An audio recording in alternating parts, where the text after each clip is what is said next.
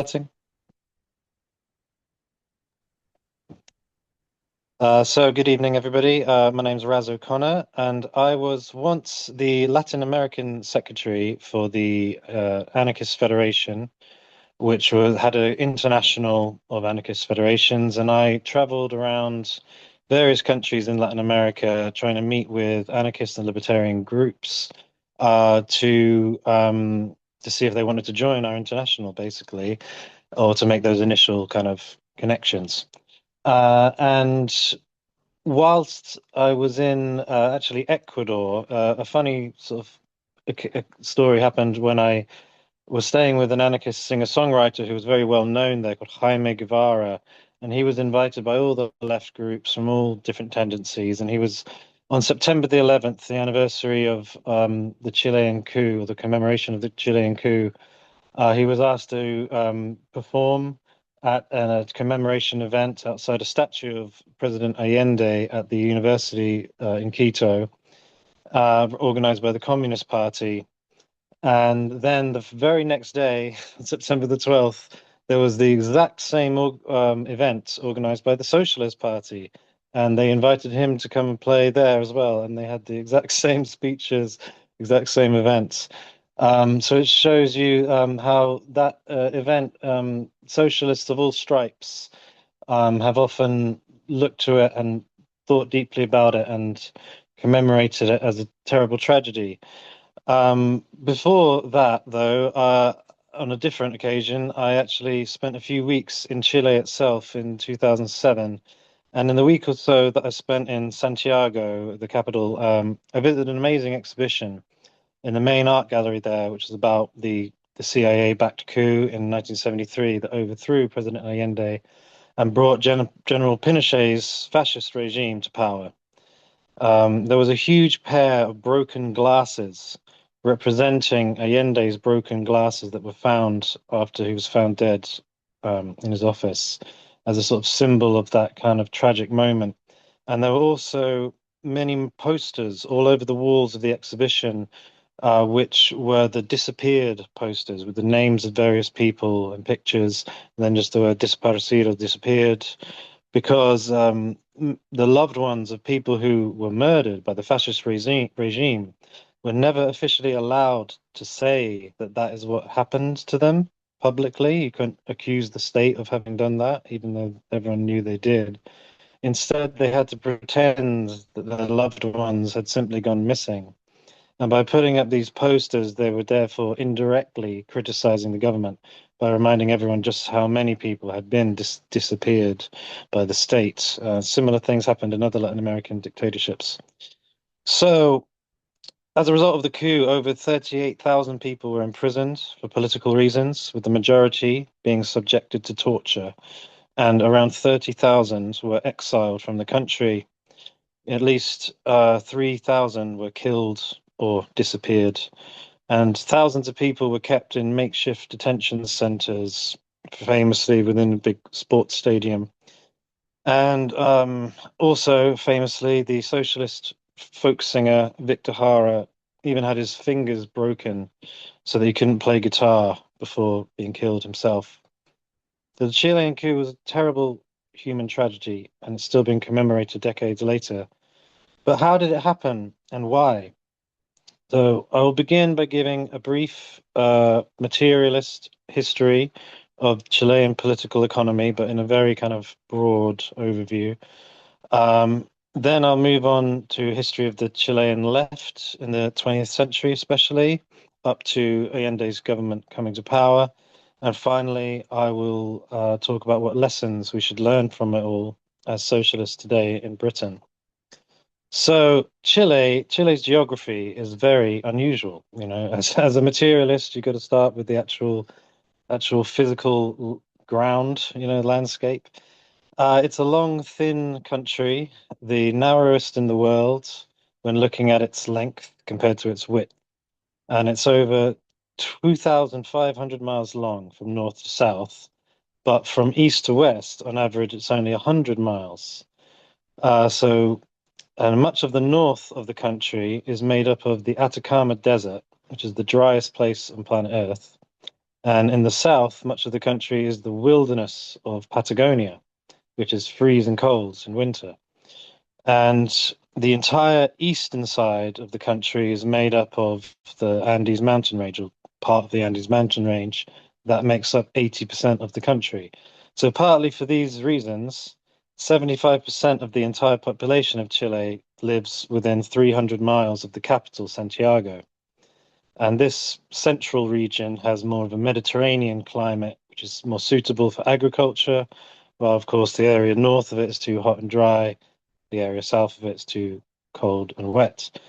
Before the Spanish conquest, the northern half of Chile was part of the Inca Empire, which is centered in what is now Peru, whilst in some areas in the south of what is now Chile were home to the Mapuche people, who often fought wars with the Incas to maintain their independence. And it is from the Mapuche language that the name Chile is thought to come, supposedly meaning where the land ends. And after the Spanish conquest, the Spanish created a new colony called the Kingdom of Chile. And that time actually included most of what is now Argentina as well. So in Spanish colonial times, after failed attempts at gold mining, much of the indigenous population of Chile were forced to work in agricultural plantations for rich Spanish colonizers, much as in the rest of Spanish Empire. And this went on for hundreds of years. But when Napoleon invaded Spain and captured the king in 1811, it led to a chaotic process whereby different parts of the Spanish Empire in Latin America broke off and declared independence at different times from one another. And just as with the United States, in fact, the leaders of these wars for independence were members of the upper class who were actually born in the colonies, so resented their lack of status compared with the aristocracy of the home country. So within the aristocratic hierarchy, if you were not born in Spain itself, you couldn't achieve certain positions. You were sort of low born in a certain sense. So these are very high born people, very privileged, feeling very entitled, but they kind of had someone above them to hate, so they wanted to get rid of them. Um, so although they rallied the support of the peasantry behind them, they were definitely not about setting up democratic regimes afterwards. The new independent Republic of Chile pursued a free trade policy, and the exports from its mines began to be sold not just in Spain, but also in US, UK, and France. The country was also massively in debt to Britain for loans used to pay for the War of Independence. Copper, silver, and wheat exports dramatically expanded over the course of the 19th century, and you could say that they were still kind of an extractivist, economy, just extracting the resources of the country to send abroad to Europe. It's just that now they were mostly being sold to Britain because they were sold on the open market, whereas before it was only to Spain. Um, the area around of Chile around Santiago, where the majority still live, was originally the whole of the newly independent country. And the present border between Chile and Argentina was only established in 1881.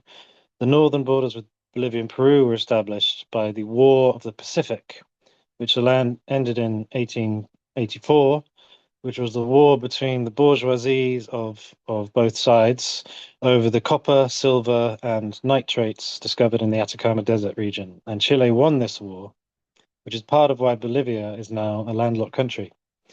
The new territories won in the War of the Pacific rescued Chile's economy, which had begun to decline in the face of external competition, and Chile began to industrialize in the late 1800s and early 1900s, which attracted even more of the population from northern and southern areas into the central area of Chile around Santiago, where nearly all the industry was developed. Railways were developed, but most of the investment was in mining. And this industrialization in the late 19th, early 20th century was primarily financed by American capital because the US by this stage had become the hegemonic imperialist power in the Western Hemisphere. Of course, even in the 1820s, they had proclaimed the Monroe Doctrine, treating the whole of America as the backyard of the US and saying that European imperialist powers were not welcome there. But yet, following the huge expansion of US industry in the late 19th century and the US victory in the Spanish-American War, US imperialism in Latin America went into overdrive. And by 1930s, US had replaced Britain as the primary importer of Chilean exports. Now, moving on to the history of the left in Chile, this period of industrialization in 1880s, from the 1880s to the 1920s, is known as the heroic era of union organizing in Chile, when workers faced severe repression and violence in trying to take the first steps towards organizing. Most notably, hundreds of nitrate workers and their families were gunned down in the massacres of Santa Maria's de Iquique in 1907 and San Gregorio in 1921.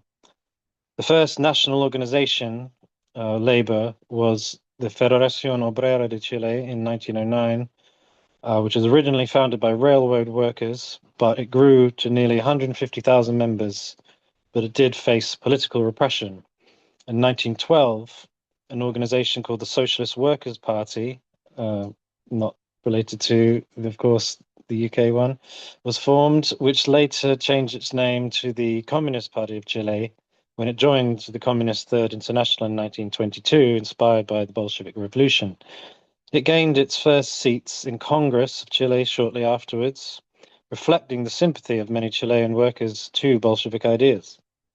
And the Great Depression caused a wave of sympathy towards socialist ideas in Chile, and some socialists in the military even orchestrated a coup and declared a short-lived Socialist Republic of Chile in 1932. The junta which took over increased food to the unemployed and passed legislation to stop evictions, but it was seen by the unions and by the Communist Party as a militarist endeavor. So this experiment soon ended because it was not based on the support of the working class. However, in this climate, several new Marxist and socialist groups formed, perhaps disillusioned by Stalinist takeover of the Communist International. And in 1933, several of these groups came together to form the Socialist Party of Chile, of which Salvador Allende, in his youth, was a founding member. The 1930s were, of course, also a time when fascism and Nazism were on the rise. 1932 saw the founding of the National Socialist Movement of Chile. And in 1938, during the election, they attempted a coup in order to prevent a moderate conservative candidate winning the election instead of their preferred candidate, who was even more to the right. But this coup failed, and their preferred candidate actually withdrew from the race as a result of the sort of embarrassment of it. And the popular disgust at this coup meant that in the aftermath, the Popular Front coalition swept to power on the back of this disgust. The Popular Front was an alliance of the Socialist Party, the Communist Party, and a party called the Radical Party.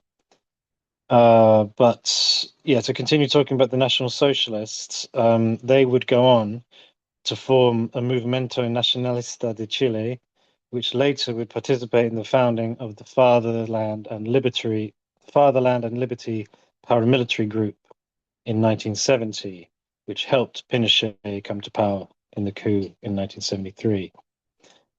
But anyway, the Popular Front government came to power in 1938 with a policy of state-supported industrialization. So this is the first sort of leftist government to really come to power in Chile, apart from this short-lived Socialist Republic of Chile. The iron and steel industries were developed, and oil extraction also was begun, all due to state planning. And this led to industrialization increasing over 6% annually throughout the 1940s. Every year, it increased by 6%. The Popular Front was dominated, though, by the Radical Party, which had originally split from the Liberal Party in the 1960s and actually had close ties to the Freemasons. So it's not exactly what we would think of as a leftist party now. The Communist Party and Socialist Party remained in coalition with those radicals until 1946, when the Socialists refused to stand for election again as part of that alliance. But the Communists did stay with the radicals, but perhaps grew to regret it, as the radical president, Gabriel Videla, actually outlawed the Communist Party of his own coalition partners. This was in 1947, when the Cold War had started, so Chile was under a lot of pressure from the US to become anti-communist.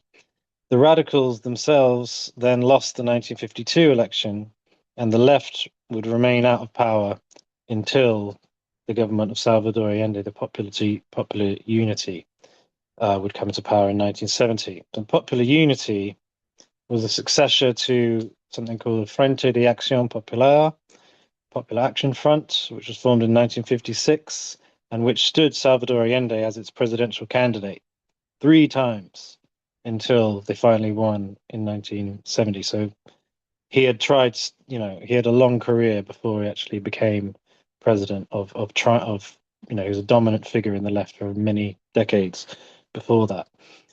He did come second place in 1958, which scared the ruling class, including, of course, their American backers, into putting more investment into Chile. And that government that took power in 1958, which was backed by the Americans in 1964, the party was called the Christian Democrats.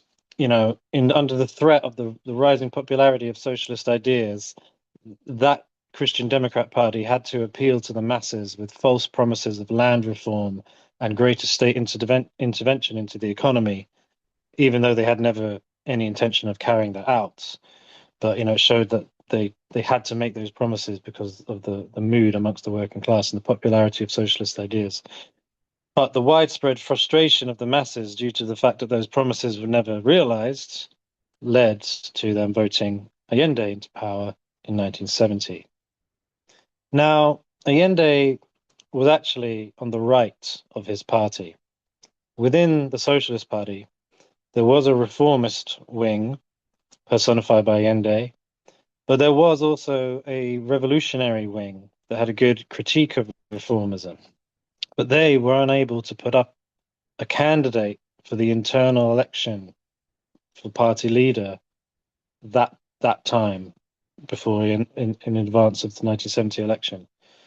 So in the Central Committee decision of the Socialist Party that voted Allende to be the leader on that occasion, it was 12 votes for him to 13 abstentions. So the left of the party didn't vote for him, but they didn't put up a candidate either. But they could have potentially, if they'd found the right candidate, won that and got a revolutionary candidate in power who potentially would have won the election in 1970. So just bear that in mind for what I'm going to say later.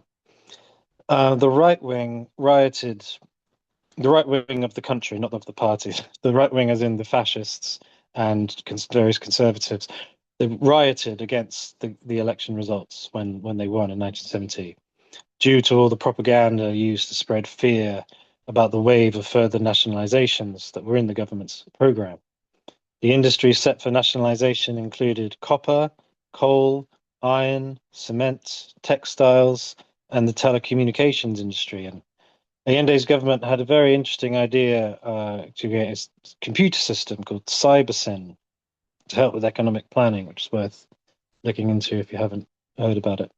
All of this threatened the US capitalists that largely owned all those industries, especially ITT, which owned the telecommunications industry.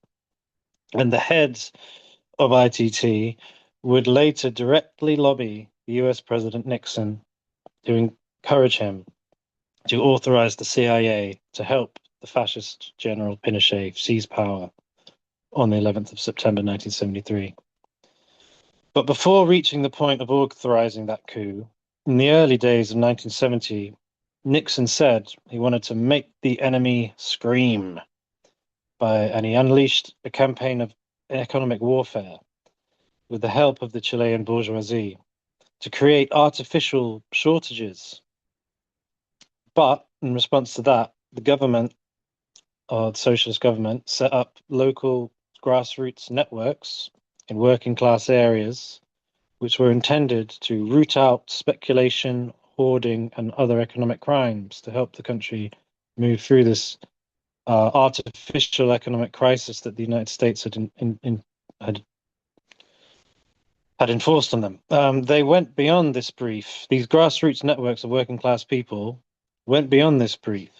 Some began to organize food distribution wholesale, issuing ration cards, repossessing hoarded goods, so taking power into their own hands autonomously. Later, when the coup was threatened and the fascist paramilitaries like Fatherland and Liberty were on the rise, mass demonstrations in support of Allende's government took place, and the masses were demanding weapons to defend the gains of the revolution. But Allende denied them.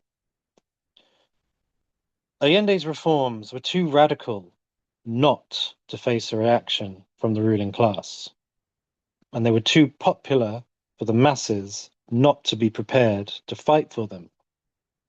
This is a revolutionary situation, and the last thing you need in a revolutionary situation is a reformist in charge. What are the lessons for socialists in Britain today? If a socialist party ever wins a UK general election, that would create a similar revolutionary situation. Will we have a leadership prepared to draw the right conclusions? Let's make sure that we do, by working to ensure the membership are as well versed in revolutionary theory and history as possible, and by running revolutionary candidates to win the leadership of any mass socialist party which emerges. Otherwise, it may as well just lead to thousands of us being tortured, killed, and exiled, just as happened in Chile. In Chile, the fascists were working with the CIA, who were ordered by the US president after direct lobbying by US capital. All of this is on public record and is the clearest example of the true nature of fascism as a servant of the capitalist class.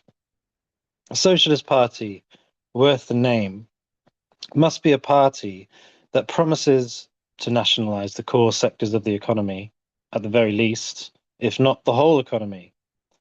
And that would obviously be a threat to the current owners of those assets, who would do anything they could do to ensure the failure of that political project, just like ITT did everything they could do.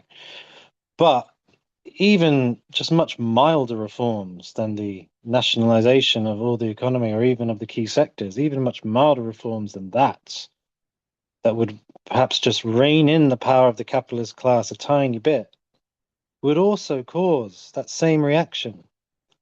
Because the UK economy is heavily financialized, meaning, among other things, that many companies are actually owned by other huge financial institutions, and the core functions of the state have been increasingly contracted out and indebted to other financial institutions.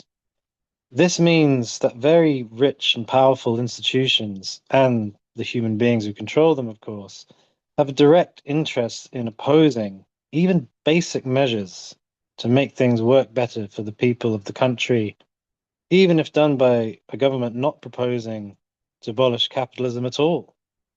I'm talking about things like cancelling PFI contracts. I'm talking about things like not letting companies like BlackRock control quite so much of our infrastructure and just everything, even just scaling back some of the effects of neoliberalism and this ultra financialized form of it we've had since the financial crash in 2008. Even just reversing some of that a tiny bit would face a furious reaction from the ruling class. That's why the current Labour government is doing everything it's doing to help asset management companies like BlackRock take over even more of our economy. because they just don't see any other choice without confronting the power of the capitalist class. And that is why confronting the power of the capitalist class is something we must be clear-sighted about if we are to build a mass party of the working class with a socialist program. In short, it means recognizing that even reformist socialism must be prepared to be revolutionary at the end of the day, and must be prepared, above all, to arm the working class when push comes to shove. It's difficult to imagine a situation now where the working class of Britain could be armed. What would it actually mean? For that to even become possible, far more of the working class would need to be organized into workplace unions, neighborhood associations, community unions, tenants' unions, and socialist political parties than is the case now.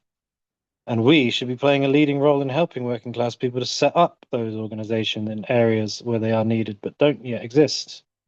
And that is what will make us different from other parties, and that we will be helping working class people organize themselves in preparation for future socialist society in which there is no class but the working class, and so where the entire economy is run democratically by the working class. At various points in this process of building the power and organization of the working class, the question of self-defense of those organizations of the working class is posed, as when far right thugs begin to attack left-wing gatherings, such as happened in Bristol just a few months ago, when the Bristol Patriots tried to disrupt a fundraiser at the Red Lion pub. In Belfast, it's been the trade unions, largely due to the organized efforts of active revolutionary Marxists from the militant left organizations affiliated to the Committee for Workers International, uh, in the leadership of the largest public sector trade union there.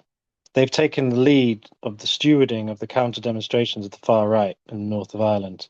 And this has allowed them to ensure that the police could not prevent them physically confronting the far right, wearing all their union branding, carrying reinforced union banners, and strong steel umbrellas with the union branding also. So the organised working class in the north of Ireland is therefore physically and visibly confronting the far right. This in itself sends a striking message to any onlookers that the working class is what organizes against fascism, and fascism is what organizes against the working class. But it also means that organized workers are getting the experience of physically confronting their enemies and getting better and better organized at doing so. If the situation escalated one day into a civil war between the fascists and the organized working class, it would be those networks of trade union comrades who have already taken this kind of action together who would be the likely nucleus of any future revolutionary army of the working class. But perhaps the most important lesson is that the party which takes power in the name of socialism and in the name of the working class must have a democratic structure, which means it's actually controlled by the grassroots in the first place. A situation like that in Chile, where the grassroots were calling to be armed and were attempting to carry forward the revolution at their own local level autonomously, but were at odds with the leadership of the party claiming to represent them, should not be able to arise in the first place. It shows that the party was not a genuine expression of the political will of the working class, and that grassroots working class revolutionaries had no means by which to alter the strategic line of the party as and when it became apparent that this was needed. The membership of a socialist party must have the opportunity to initiate a process whereby they can vote out the leadership of the party. This could be achieved in various ways, for example, by having a certain percentage of the party's membership sign a petition to call a special conference at which the entire party leadership can be potentially voted out and a new leadership elected, or whatever the means by which it's done. It needs to have that potential that grassroots members can change the leadership. In any case, the leading committee of a party should be made up, I think, of delegates from regional committees of the party, themselves made up of delegates from branches or groups of branches in their region. So each level of the party hierarchy should be able to recall the one above it, and the people right at the bottom should have the right to instigate a recall process of any level of the hierarchy. And this way, even if the party is elected with a reformist leadership, it can still be replaced by a revolutionary leadership if the working class so desire. Of course, your party does not currently have this kind of structure. But many of us are working towards organizing a conference to form a structure of this kind. And I hope you, all of you who are listening, will join us in those efforts. Thank you.